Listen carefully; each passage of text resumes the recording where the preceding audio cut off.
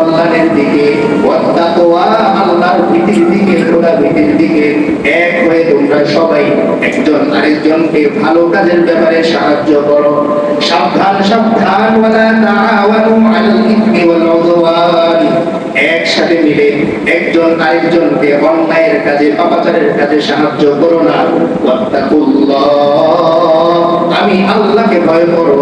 ইন্নাল্লাহা শাদীদুল ইকাব, নিশ্চয়ই আল্লাহ তাআলা কঠিন শাস্তিদাতা।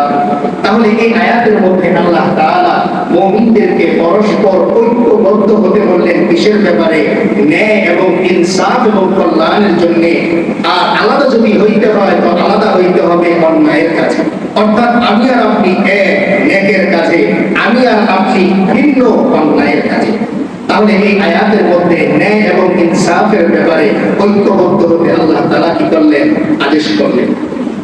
তাই আসুন আমরা সবাই মিলে এক হয়ে আল্লাহর ইবাদতের মধ্যে নিজেদেরকে কি করি?